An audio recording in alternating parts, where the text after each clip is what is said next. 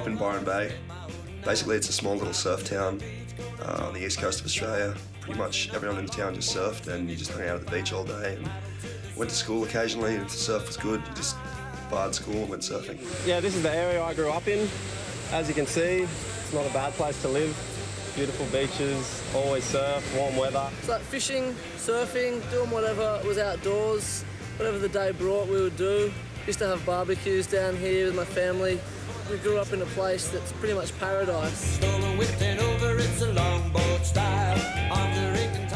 There's only one school, one high school, so we all went to the same school pretty much, and you'd meet each other in the surf and stuff like that. So everyone in the band kind of knew each other before this whole thing happened. Me and Winston used to hang out a lot because he used to be a pretty much professional bodyboarder. We used to go away on surf trips together, and he used to film me back when I was actually bodyboarding for something, I guess.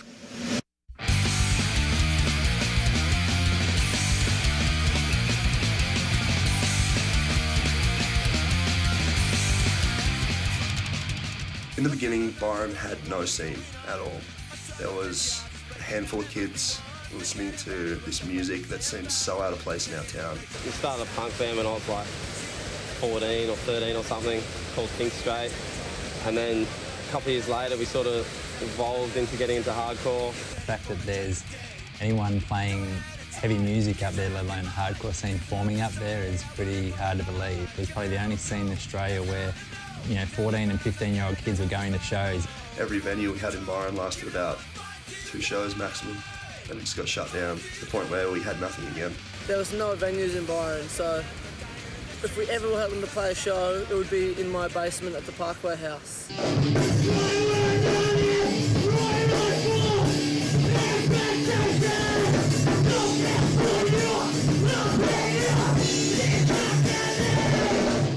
The Parkway house, from the first time we went there, is the most open house I've ever been in. Like, it was as if you were going home to your house. Parkway House is like a little oasis for us and all our friends. We all got kicked out of other jam spaces throughout the town.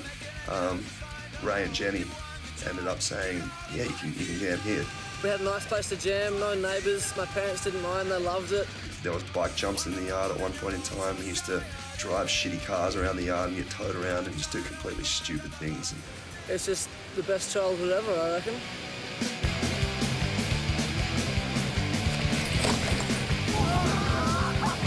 Hey, do what you want, but don't do it about me.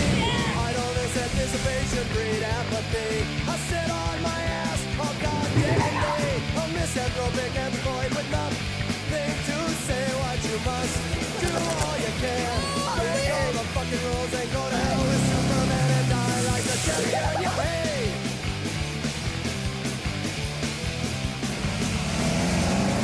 Hey, I don't know if the billions will survive, but I'll believe in God when 1 and 1 are 5. My moniker is meth, and I'm rotten to the core. I'll tear down the buildings just to pass through the door. The idea for the band came around the end of 2002. Winston and Ben initially talked to me about what sort of sound they wanted. They wanted to do something heavier, something faster. The sound we're after was more technical, but we didn't know if anyone in Byron could be that technical. Until I remember I thought of a guy who I'd heard of and seen around called Jeff. He said, hey, there's this weird metal guy that I've heard about. He apparently surfs. And I was like, okay, cool. Let's try and find him.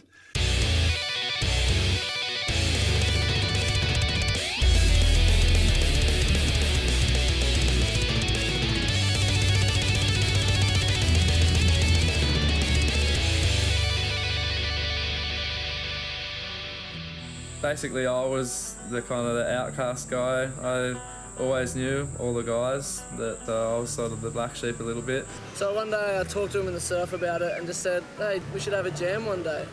And he's like, yeah, okay. He's never been in a band before. He didn't really know what the hell a jam was. He rocked up and we started jamming. The first Parkway jam was myself, Winston, Jeff and Luke, the 2 guitarists, and our old bass player, Steegie. I remember it feeling pretty weird, being in the room was just this random surfer kind of dude, Jeff, that I've never really hung out with.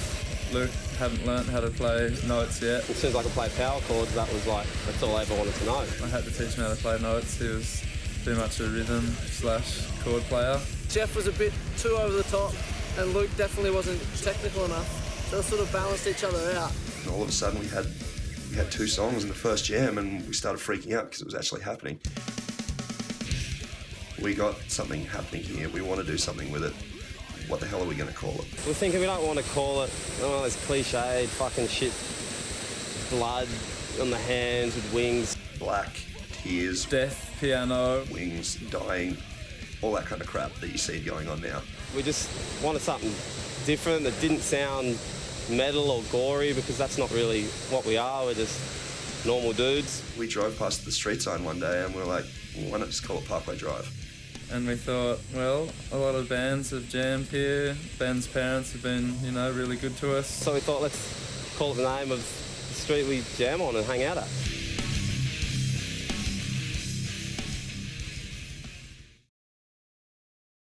After about 2 months of jamming, we decided to play our first show.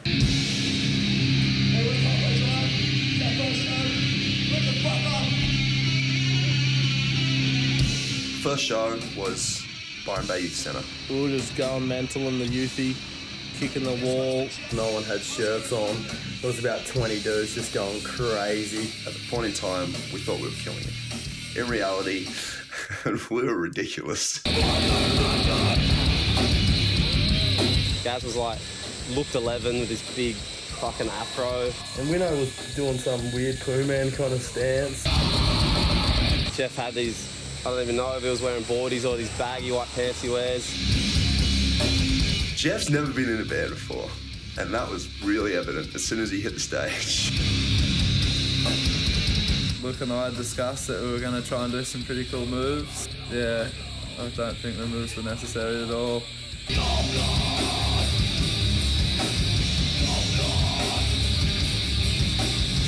I remember being at the show and hearing that there was a guy from a band called I Killed the Plum Queen at the show. Turned out to be Crafter. He started dating a friend of ours up in Byron, so he came up and he was there for our first show because of it. This was like the first day I came to Byron, so I didn't really expect this band to be good. And then I heard them and was just like, these are the biggest breakdowns ever, and I was just freaking out.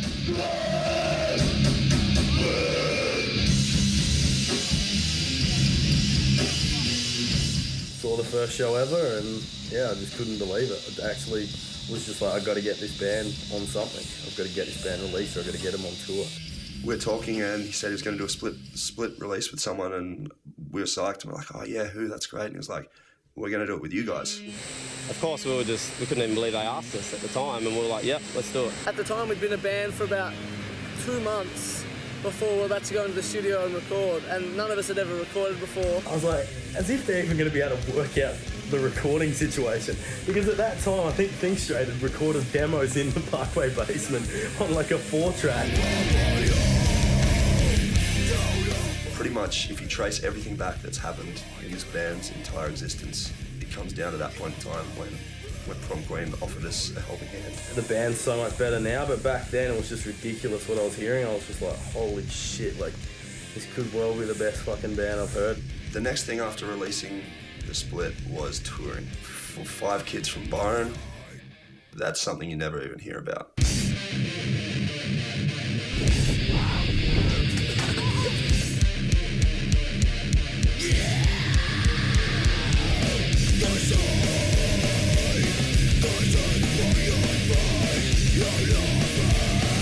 It was just good to be on the road. We'd never done it. It was a lot of fun. We took a whole bunch of mates. I just recently bought a van. We used to have to push start the van. Try it. Dead as a doorknob. Parkway were just acting like kids because half the band was like 15.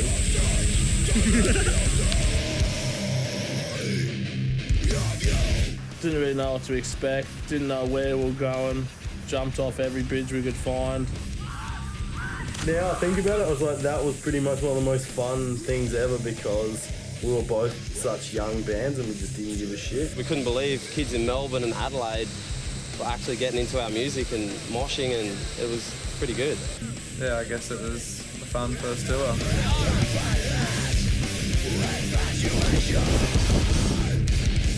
We had a couple of new songs and we thought, well, let's record again. And the only label in Australia that we really wanted to be associated with was Resist Records, which was run by a friend called Graham from Sydney. You know, I knew the guys were sort of working on some music. They already sort of released a couple of sort of splits and a couple of compilation songs. We were stoked to be on Resist because we knew Graham was just a good, legit guy. Like, he was come from a hardcore label. He wasn't in it for the money one bit because there was no money back then. After we signed with Resist, Graham obviously wanted to put something out, so we decided to do an EP. We recorded it up in Brisbane. That became the Don't Close Your Eyes EP. Don't Close Your Eyes was a big step for us. You know, for something that I had no expectations on, it's definitely become one of the biggest sellers of the label. It meant we had an actual solid release out there other than just 2 or 3 songs. So we started to tour more and we started trying to find any way we could to get to other towns just to play shows. Because we started touring more, I guess at that point we started to really get to know each other better. And I guess we sort of found out some things about each other that we didn't know prior. Winston is like the weird, mature guy of the band. You can't talk about sex in front of him because it's like talking about it in front of your dad. I think he might have no penis or several, we're not sure. Him at bodyboarding used to be ridiculous. He used to go some of the biggest waves I've ever seen. Hanging with him one-on-one is always weird. Like, you run out of stuff to talk about in like a minute. He's basically the personality of the band. Really competent frontman. Best frontman in Australia, I think. He comes across as a genuine dude, and that's the difference between him and a lot of other vocalists. Jeff was always the odd one out. It just seems like he can't think straight sometimes. He's just got these fucking little monkeys running around in his head. Filthy, doesn't have much self-respect. He has small man syndrome. Does the biggest farts you've ever seen. He's got hands of a 90-year-old, hair of a 70-year-old. He's so dumb. But for some reason he can play guitar, and I just don't get it. Yeah, Ben's the stinky guy in the band. You can always smell him for about 2 metres. To me, it was always just the little sweater that hung around with Big Brother and I. He was this little weed that you could hardly even see behind the kid. He's so bordering on being homosexual, it's not even funny. It's like -10. Gaz is just like flexing. The good thing with Gaz is he's not a fucking drum dude. He doesn't even like drums. He's only playing because no one else could. Just hitting everything like a maniac. Once Parkway's over, I don't even reckon he'll hit the drum. Pig is a natural asshole. He's a fucking shit guitarist, that's for sure. He can be your best friend or your worst enemy on tour. He's as much as the band's manager as Graham is. Even though I think 95% of the time he's saying he's doing business, he's actually on MySpace. He never practices guitar. He's an arsehole. If he wasn't the way he was, then the band would still be playing the Youthy to 3 Goats.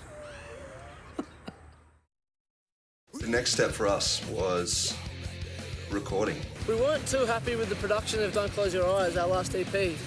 And we just thought, Why not try and record overseas? Why not try and get a producer? I got Graham to email a few producers we thought of, and I didn't really expect much interest from the States because no one pretty much had any idea who we were. Well, they basically wanted to sort of do something that was a bit different to what everyone else was doing. They didn't really want to go with the standard local guide. One of us came up with the idea of hitting up this guy called Adam D. What we expected from sending an email to a producer that works with all these amazing bands and plays in this giant band was either nothing or an abusive no. I chose to work with them because, well, you know, Australians talk funny, and it's always entertaining to listen to them. Yeah, I was pretty excited because Killswitch Engage were my favourite band then, sort of still are. It was just a surprise that he straight away said, yep, let's do it. When can they come out? They were kind of cool.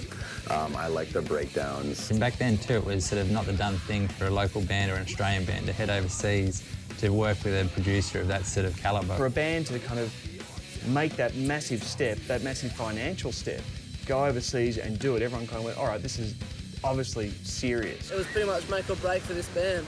Come on over, guys. We'll make a record in 2 weeks. Awesome.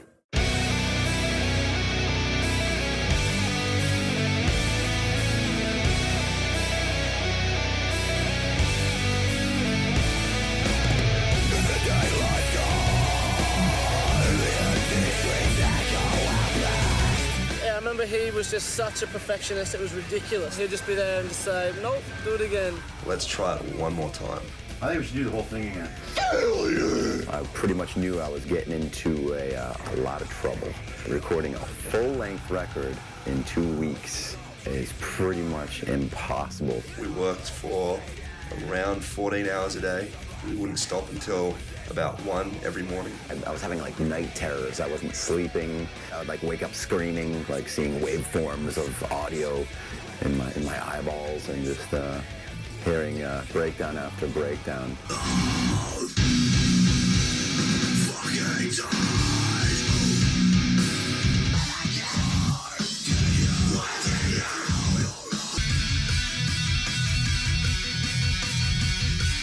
It was a really good experience to have someone like that working with you. Listen, fucking English. It's not English. I'm speaking Australian right now, mate. He's a bit of a genius, really. No, no, no, no. It destroyed us as humans, but it created a record that we would never have been able to make without him.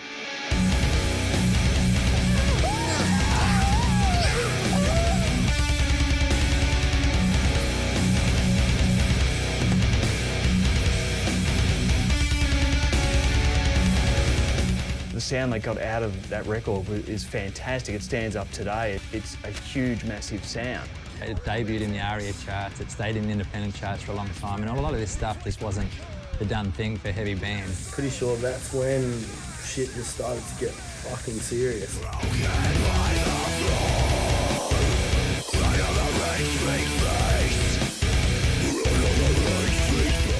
I think it sort of proved that you didn't have to write these pop songs to make people pay attention. And what they did, they made good heavy music and they just made it more appealing. It made everyone kind of stand up and take notice. Outside the hardcore scene, it was that record which took them beyond that kind of small insular scene and made other people kind of stand up and go, well, shit, this is pretty amazing.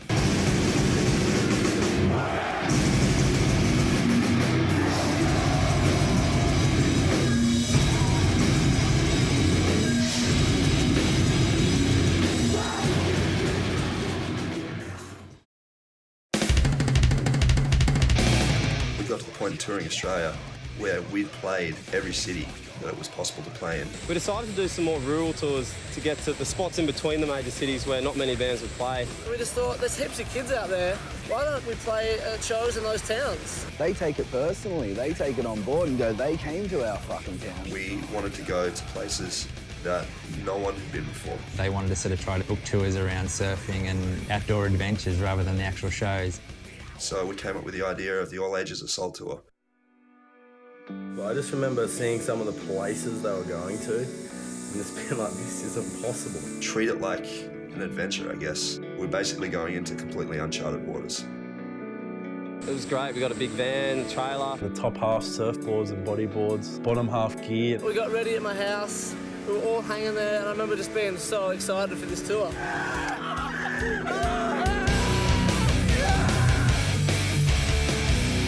Fucking over!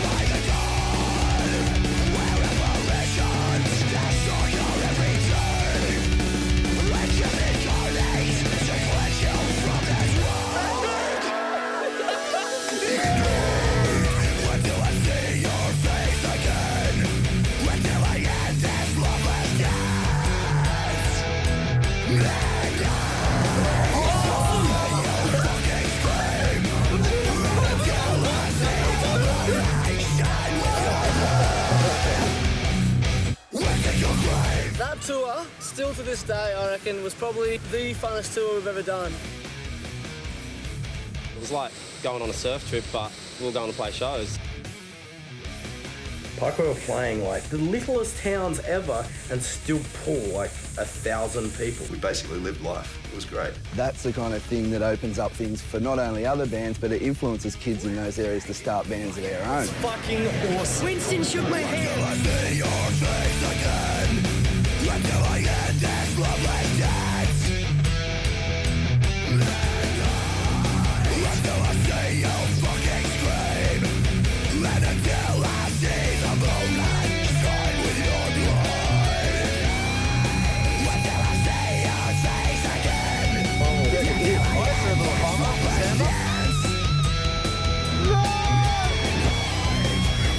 see you fucking scream. And until I see the moonlight shine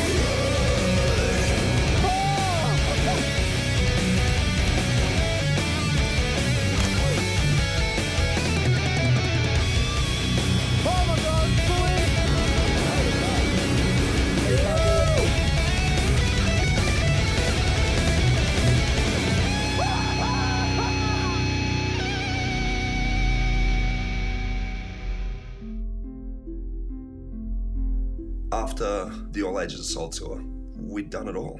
We'd toured everywhere we could. I remember Graham trying to get us on some tours overseas because that was the only place we could go. We toured Australia to death. There was definitely some interest. We were getting emails and MySpace messages from kids, but there was no interest as far as labels, booking agents. We didn't have an actual release overseas. We had no friends overseas, really. Had no idea if people actually knew of our band. We wanted to head to Europe, but we had nothing. No one was keen to risk putting us on a tour. We'd been trying for probably 3 months. And I remember just us being all frustrated. We had no tours coming up. And we just said, fuck this, we can't wait forever. Let's just go ourselves.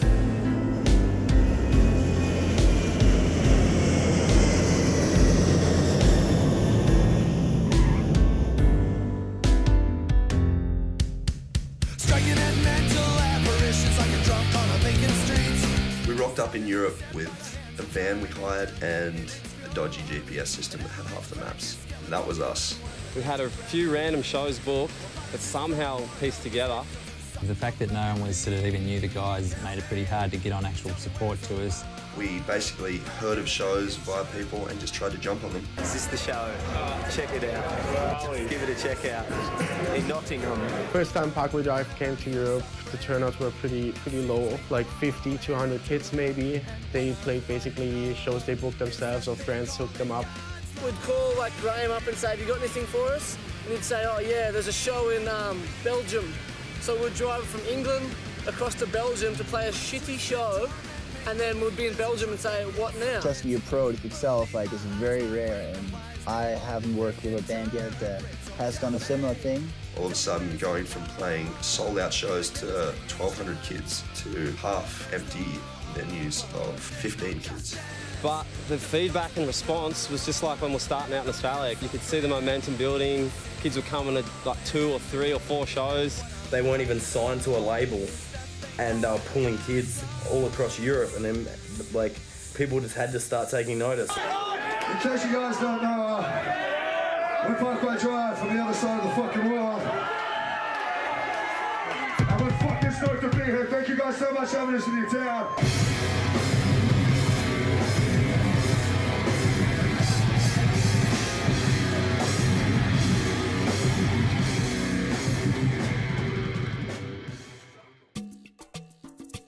We paid $3.5 grand for you to be here. Let's do it. Show got treated pretty badly on that tour, I must admit. Just drive, I'll though. do it Seriously. later. Just drive. Nah. I do feel a bit bad about some of the shit I probably did to him. But at that point in time, I was just pretty fed up with it. I reckon he looks really tough, eh? Yeah, you look really tough. Yeah, I got written off a lot. Jed Gordon, the most fucked up human ever to grace the planet. Chode's been with us since the beginning. He's just so gross. He went through this phase, he's put on heaps of weight, he's just fat. and shit and lazy. Pretty much chose the dude that's had the munchies his whole life. We brought him over to Europe because we thought we needed a hand. Everyone just wrote me off. I drove a lot of it, and then when I didn't want to drive, I got made to drive more. We sort of use him as a personal punching bag a little bit. You're a pisshead. But he likes to dish it a fair bit as well. I'm on $2 show. Chode, the 6th member of Parkway.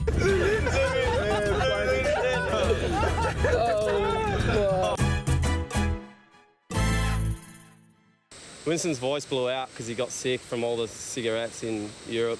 We were playing a show in Wales. My lungs started aching and my health in general just went down the drain. So we thought, we can't play the next show, or we can get Chode to sing it. And I was like, nah, it's not happening, eh? There's no way I'm doing this.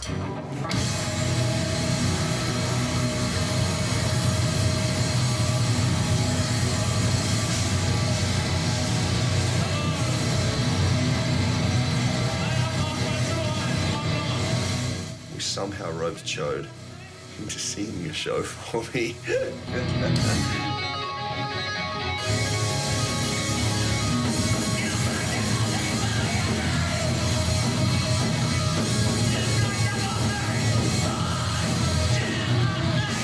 He wore these pink trackies. With his socks pulled over the top and his green slippers. Hoodie, hat, just covered himself right up. Most of the set was them stuffing up because they were laughing too hard at me.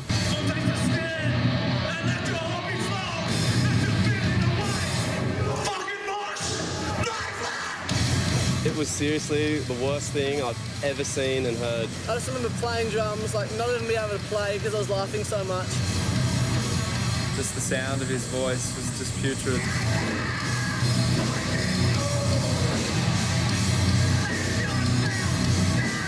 Apologising after every single song. Sorry to have to do this to you all. It's harder than it looks. I'm sorry. I'm sorry for being bad. Sorry. At the end of the set, Chode tried to do some merch and had kids tell him he was amazing and ask him to sign things. Looking back, it was the worst thing I've ever heard, but I still think I did okay.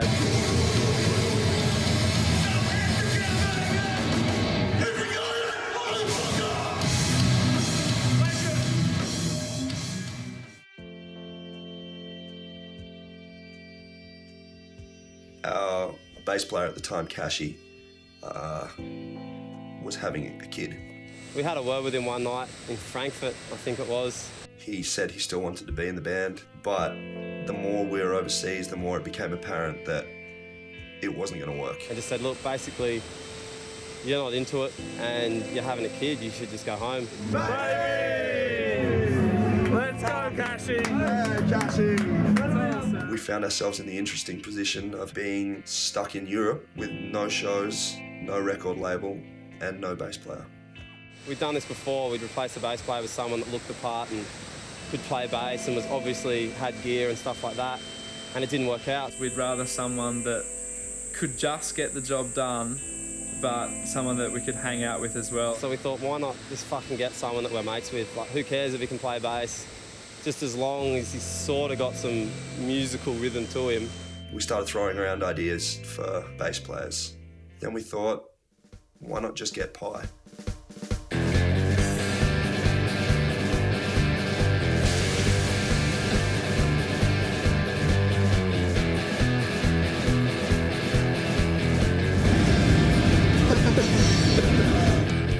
Pi is this weird, long, ugly dude. He looks like a squashed frog. Pipey is a filthy animal. He has this hair that covers this fucking dog box looking head. He's just fucked up. He'd sell merch for us and just do funny shit and like eat cockroaches. You're not putting it in your mouth.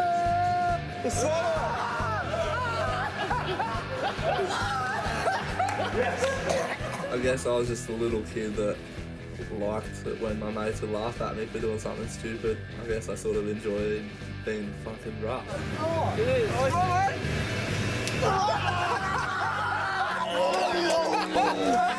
I called him up that night from Frankfurt. I said, do you want to be in the band? At the start, I thought it was a joke when he called me. He's like, "Hey, Cash is leaving. Do you want to come to Europe and finish this tour with us?" I thought it was great because he's always there with them, and he's just a mate, and they could have fucking got anyone they wanted. Like, I'm sure there was bass players all over the world wanting to do it. We were really skeptical if he could actually play, but we knew he was a good kid, and he was a good friend, and for us at that point in time, that's all we wanted, was a friend. I sat at home for a couple of days before I had my flight to London, just trying to figure out the songs on bass, even though I'd never played bass in my life. We flew him out like a week later, and he started jamming.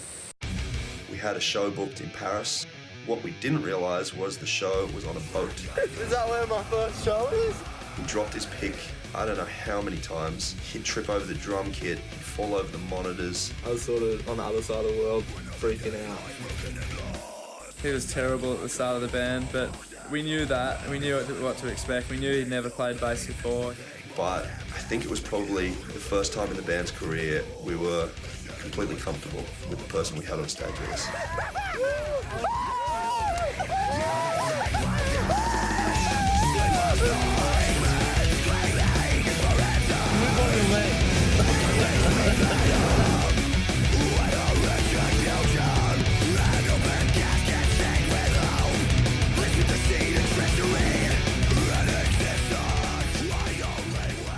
Again, we were on a tight budget. Our financial resources weren't exactly booming.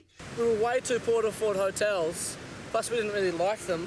You just stay with people you meet at the shows, or stay with whoever you can, really. We realised we didn't know anyone, we didn't speak the same language, we had no place to sleep. And we just ended up pulling up to some field and sleeping behind this hedge.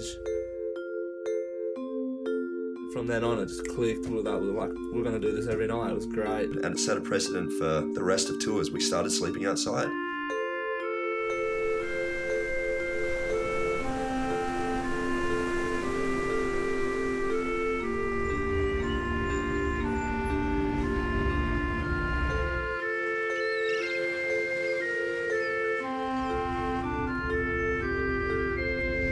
Have a look at our sleep last night.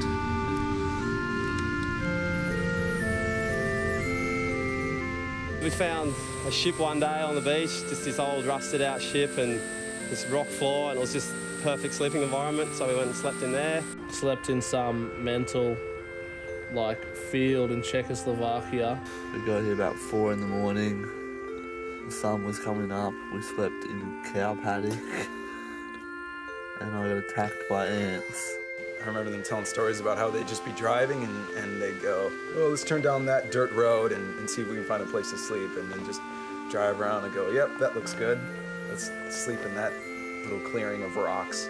That looks awesome. It's getting better. It's almost icy. That's getting better. Is that better? Is that improving? Mosquitoes, rain. I remember some of the places we slept at. My pillow was a curb. We were away for 5.5 months. I think we stayed in 2 hotels maybe the whole time. After Europe, we headed over to the States for the first time.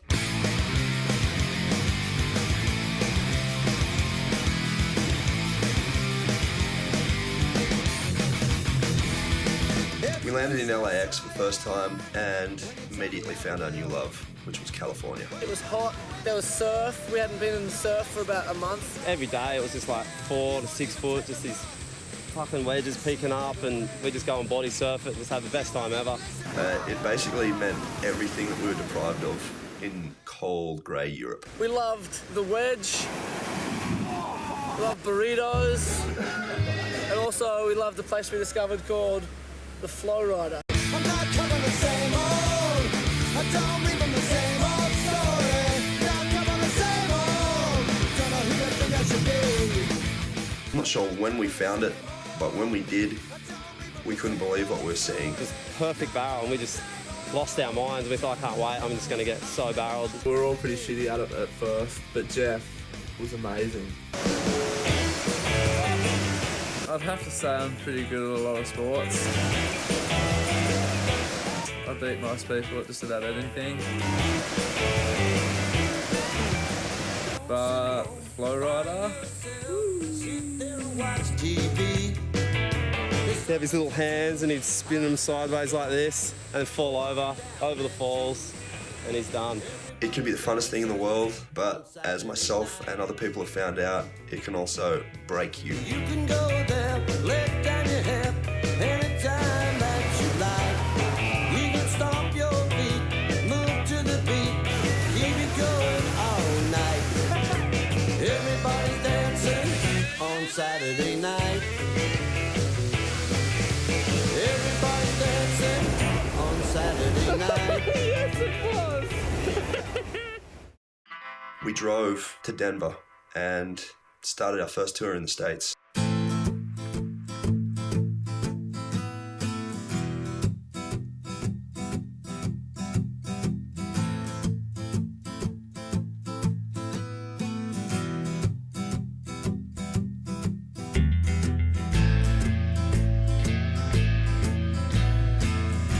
On the show side of things, everyone sort of basically did a piss on us. Like, we loved driving around and seeing the country, but again, we had no press, we had nothing. We weren't even on the flyer.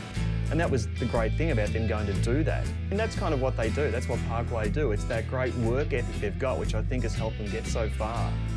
You know, Graham probably could get charged for slave labour or something because this band, like, never, ever fucking seems to stop.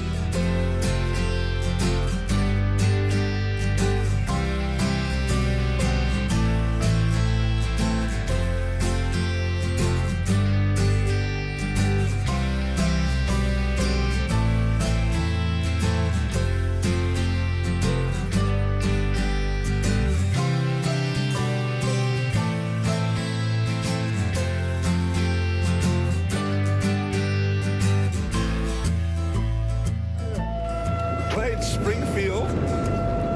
There's possible tornado. There's lightning on our brains, and we're hoping that thing stops the band from getting crushed by a tornado. Oh, everyone's dead. This is it. It's nice knowing you. It's been a great tour. This is it. Holding my ankle's dead. Oh, he ran the middle. Wait, it was coming from that way. That's it!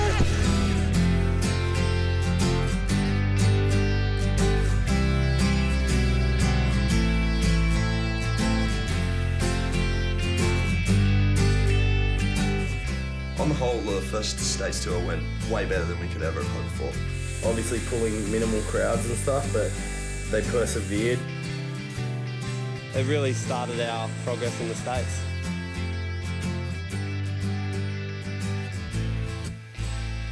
Fucking draw four out, you cunt! You had a draw four. You could have done it, but you're too stingy. Put your draw four. Look at my cards. There's no draw four. What happened to the draw four? You fucking flat face. What happened to the draw four that I saw?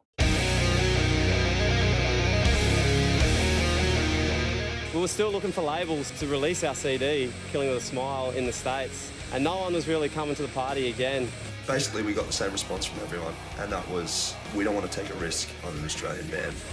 And then one day Graham emailed us and said, Epitaph interested in putting the CD out, and we were like, holy shit. They were the first punk label we ever listened to, and all of a sudden, they're taking interest in our band.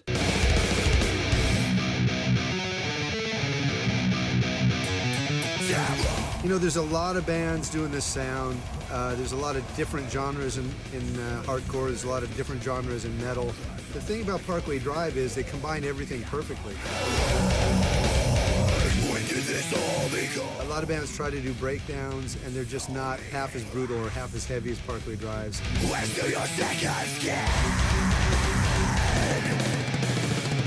At the same time, they seem to have roots in classic California punk rock, which is my original love and the original kind of punk rock I got into. From then on, they were just all on board, and we just couldn't believe we were signed to Epitaph. Even though we were so heavy, and they didn't even have any bands like us in the label at the time.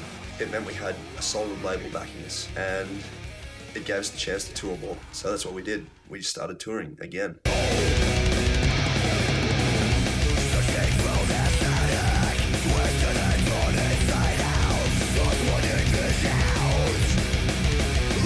Destruction. Now I have to question. What's the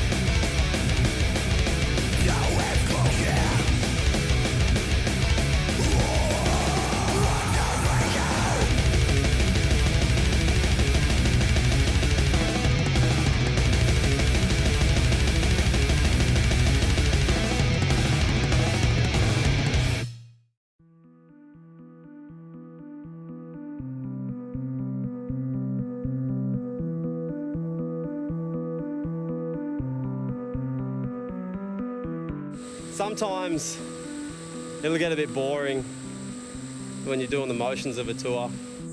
I know when my friends send me little messages of the surf pumping back home, it makes me pretty upset, it makes me want to be home. Living with 6 other dudes sometimes becomes work. Fuck you. You shot me 2 times for no fucking reason. Don't hit him, don't hit him. I'm sorry, Be calm, Shane, be calm. but that was fucking not right. There's times when the last face you want to see when you wake up are the people in your band.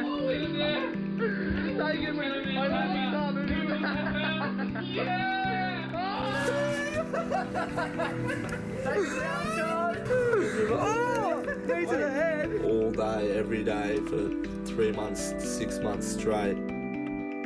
But we're all still the best friends, and it's been 6 years. I've got you covered, brother. Oh, the bloke's kicking holes in the room. Oh, who's on top now? Back top.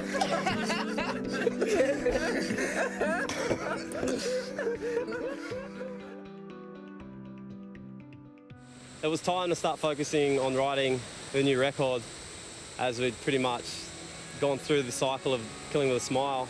We found the idea of writing a second album just as hard as writing the first one. We were considering other options for recording because we really wanted to step up the next release. They actually decided it was a good idea to call me back to record a second record for them.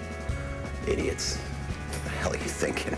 In the end, we just thought, he's done such a good job on the last CD. He's so easy to work with, he's got such good ideas. I blew it the first time, I'll blow it again, fools.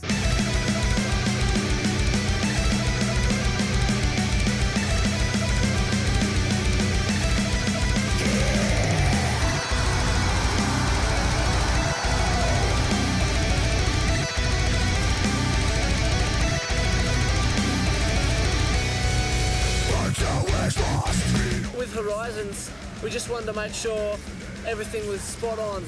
So we concentrated on having big sing-alongs, massive breakdowns. I wanted it to be a little more technical. I wanted to challenge myself a little more. We put a lot more conscious effort into the way songs were structured. Just trucked through, had more time. We got to cover a lot more things, make sure things got a little tighter.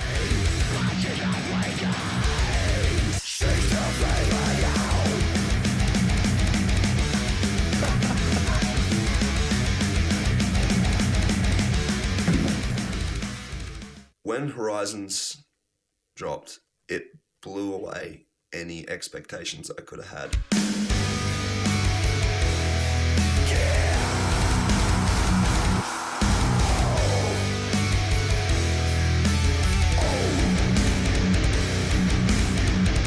Killing with a Smile kind of laid the foundation, and then they came in with Horizons, and it just blew things completely over the top. They're in a position where they could have easily slowed things down or popped things up, but you know, it's a heavier release. To me, Horizons is a step up. All their stuff is great, but I think on Horizons, they're taking their craft and they're honing it and they're bringing it even more.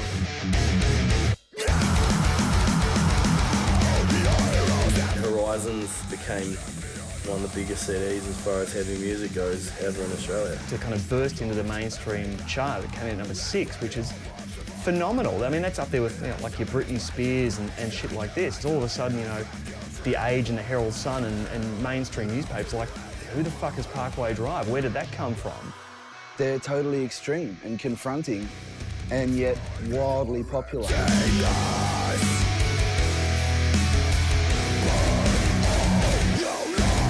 The response to Horizons far exceeded any expectations any of us had. The difference in the amount of kids turning out to shows when Horizons came out was staggering. Parkway Drive is the only band that I know of that put up a career in Europe within 2 years where they jumped from 150 average to over 1,000. Pretty impressive. I don't know any other bands who can pull that off. I just want to say something before we get going. We actually played in this venue about 2 years ago, and I think there was about maybe 15 people watching us.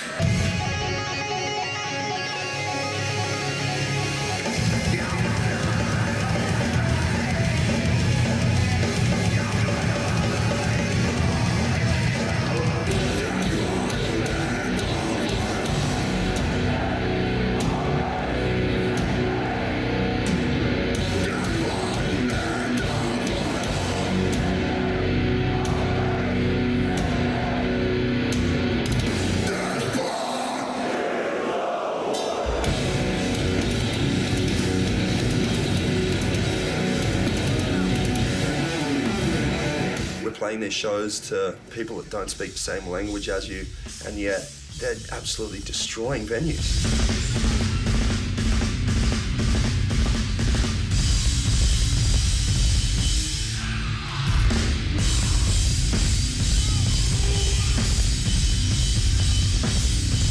They're singing along in these weird accents, screaming these lyrics that I'd written in my little room back in Australia.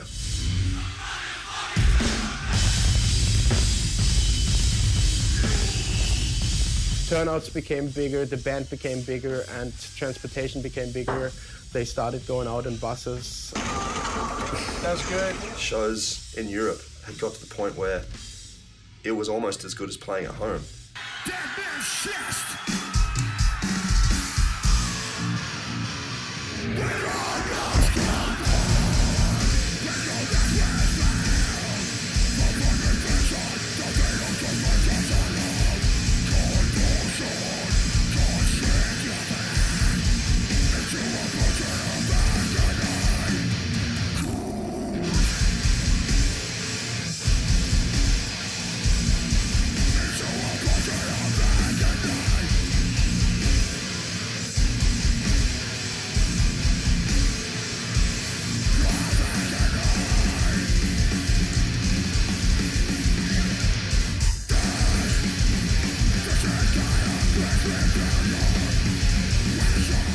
You'll sort of often read about how pop band is sort of doing so well in Australia, but yet they go overseas and they make a big deal of doing one show in LA or doing one show in London. And, you know, I've got a band sort of doing 2,000 people in London. Why does no one pay any attention to that? This band's just fucking toured the last 4 or 5 years hard, just kept going back and back, and that's how you do it. Like, you just got to keep playing shows, get your name out there, tour, and they've done it.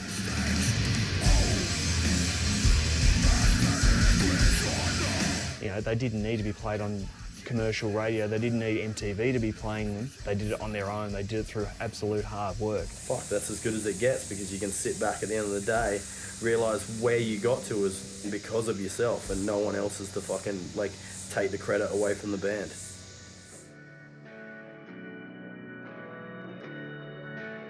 We never expected any of this. We never asked for any of this. And yet, we find ourselves in a position where we've seen so much more of this planet than most other people in the world. Well, I've always wanted to travel, and being able to do it with this band, it's just a dream come true. Friend of Brad? Brad's friend, we're in Budapest. Yeah. I get to hang with, you know, some of my best mates and get paid for it at the same time. For me, that's basically as good as it gets. They come to Europe, actually want to see things, want to learn something about the culture, want to travel, want to go to crazy places.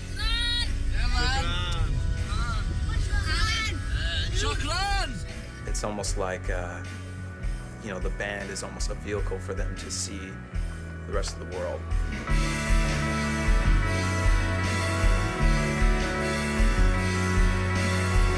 Yeah, you're a fucking legend.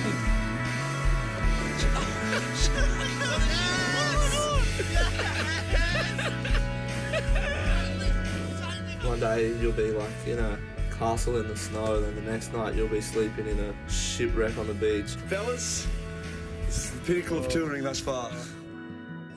It just gives you the opportunity, apart from playing to thousands of kids all over the world and then being stoked on your music, to be able to tour the world and experience it and see all this crazy shit you might not have even seen.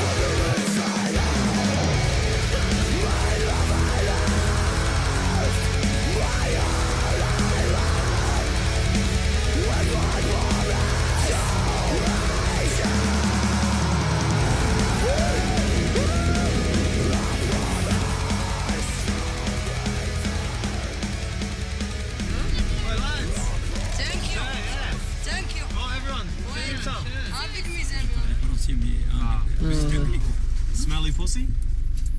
Smelly pussy. Smelly pussy. Day one, Sweatfest tour.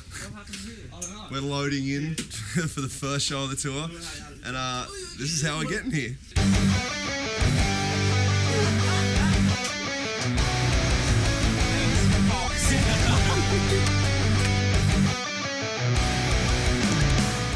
The last Australian tour we did was called Sweatfest. It's the biggest tour, again, that we've done to date in Australia. First show we played was in Brisbane. We had to play this giant place called the River Stage, which is basically a hill. For us to headline a show there was kind of surreal. 3,500 people ended up rocking up at that show. A festival-style show with barriers, 50 security guards, and a massive sea of people on this hill. And I was just like, this is just ridiculous. Sing-alongs that night were deafening. For a band that gets no radio play, no management like company pushing them or whatever, it's just unbelievable. It blows my mind that just a hardcore band can do that. When did this happen? When did like 3,000 extra people start coming to their shows? For the first show of a tour, you can't ask for a crazier way to start.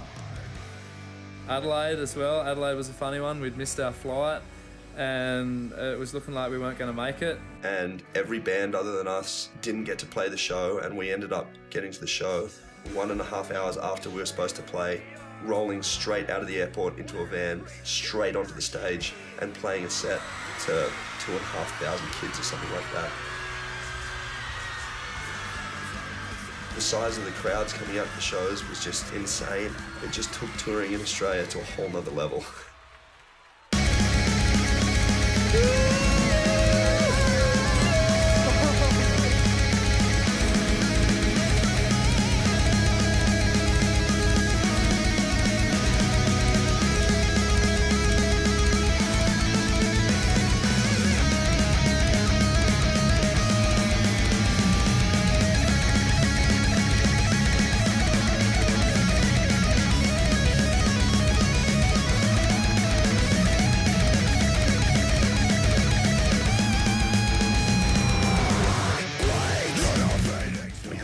Idea one day of running a head cam. And the idea comes from surfers who have head cams when they're sitting in the barrel and shit like that. I wore the head cam, Luke wore it, Winston wore it. We got it on a security guard. And gave it to our mate Haz to do whatever he wanted with, basically.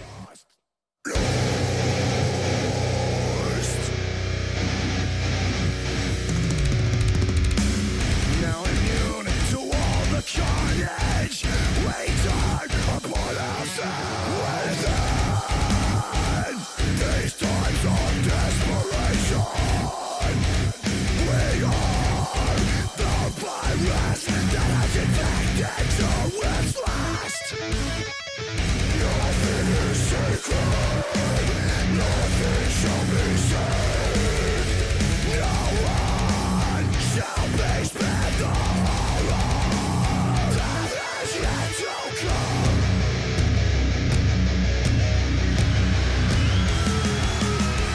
This trend is gone, this is all that we know. Like a flash, like an ace, runs to lethal flames, stuck in this arid wasteland. I'm letting you contain the flame of morality from by the wayside, as we are left to ponder these backwards revolutions.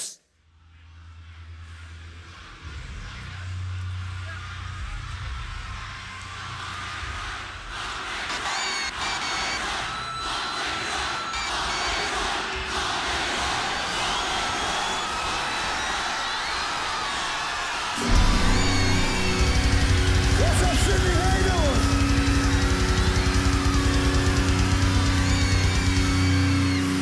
Let's do this shit right. If you know it, sing it with me. This one's called Boneyards.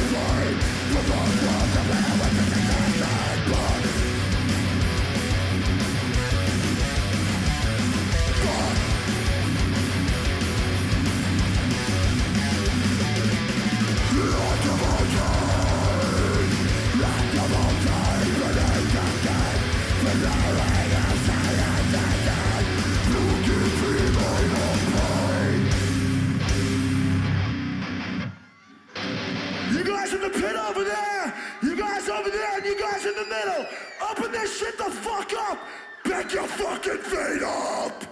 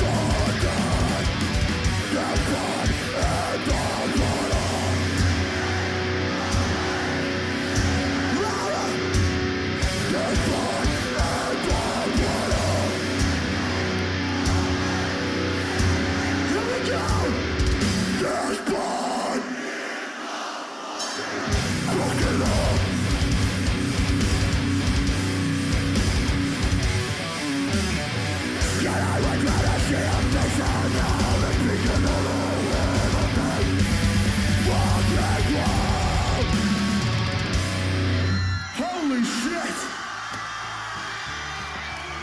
How's it still going?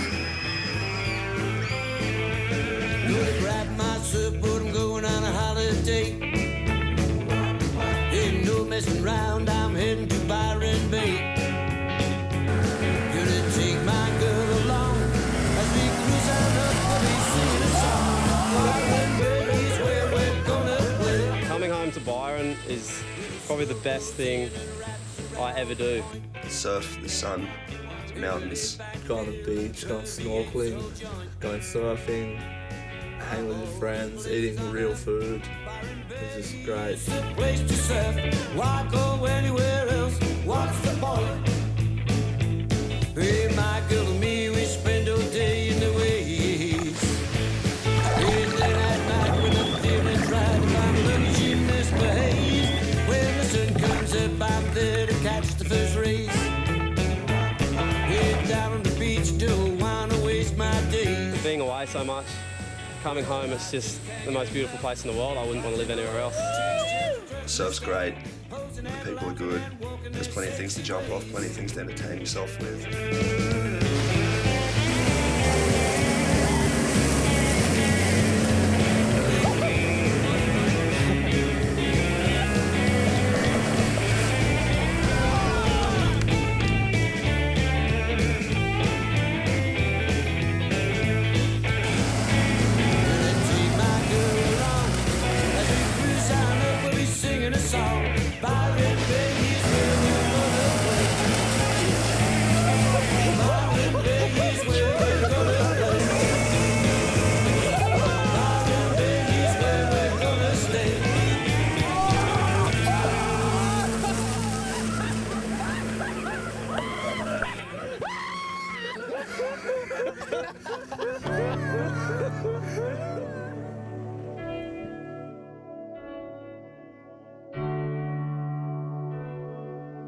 This whole band, this whole existence has just been one surprise after the next.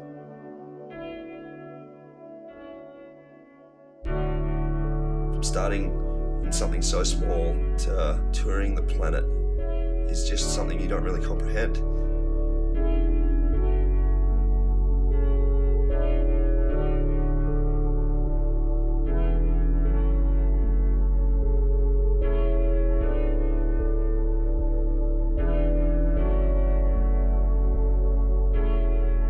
So predicting what we're going to do in the future is like rolling dice.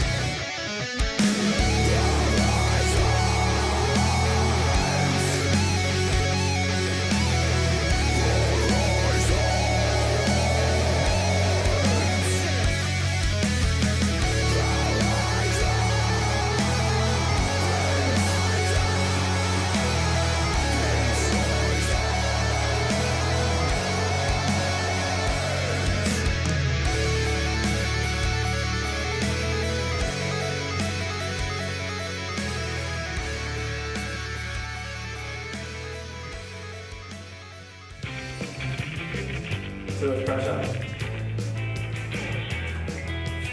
Fuck, I blew it. It could have been famous, but then I just ruined it. What's the word? Why are you so funny? Why are you so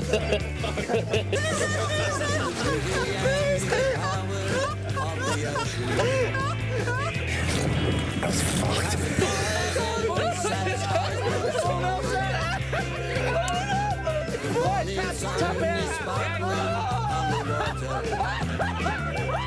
Fuck! I got stung by a bee.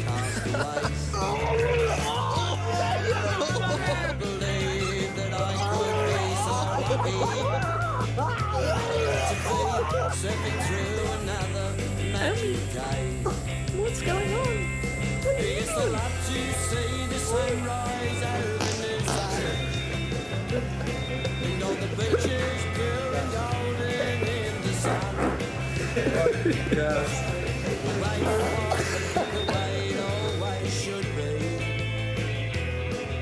For all the generations yet to come. For all the generations yet to come. Fuck it, that was shit.